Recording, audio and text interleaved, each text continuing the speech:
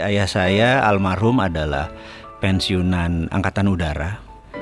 Dan pensiunan Angkatan Udara pangkatnya pun gak tinggi, hanya kapten.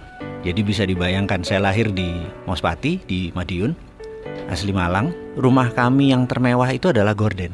Karena kami tidak punya perabotan, jadi gordennya dimahalin supaya dilihat orang bagus. Di dalamnya kursi pun gak punya gitu ya. Nah, masa-masa lagi disebut susah, sebenarnya kalau dirasakan ya nggak juga gitu ya.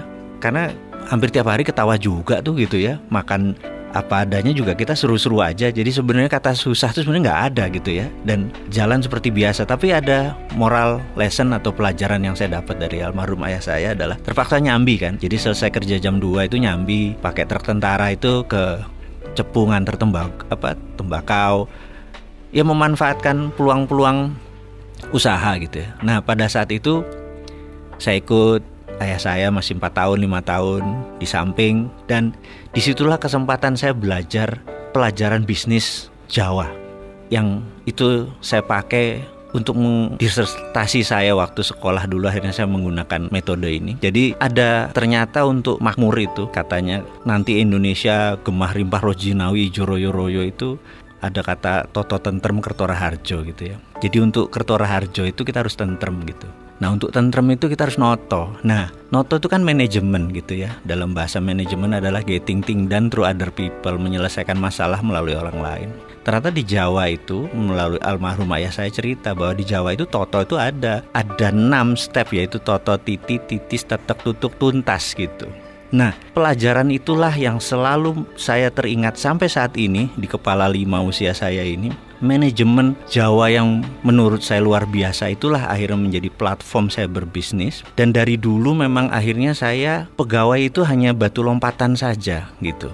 Nah, singkat cerita, sebagai orang kampung, cita-cita saya adalah sekolah ke Amerika. Dan ini mission impossible. Karena saya pindah ikut orang tua saya ke Palembang, 5 tahun tinggal di sana, kemudian Balikpapan hampir 7 tahun. Bisa dibayangin saya kelas 2 SD, saya menggunting rumahnya Donald Trump itu, White House. Dan selalu saya bilang sama diri saya mau sekolah di sini. Suatu hari kalau zaman dulu kan kita main kelereng tuh, ngambil kelereng dari kantong, kelerengnya jatuh, gambar itu juga jatuh. Teman-teman lihat di Palembang, ngomong begini, apa nih? Aku bilang, aku nak sekolah di sana. Mak mano? Wong dusun gitu. Nggak mungkin. Saya bilang, enggak. Saya mau sekolah di sana itu gitu. Walaupun kita diketawain, digarger-garger. Kelas 5 SD pindah Balikpapan sampai SMA. Sama. Ini lu gila lu katanya gitu dan lain sebagainya. Kelas 2 pindah Jakarta.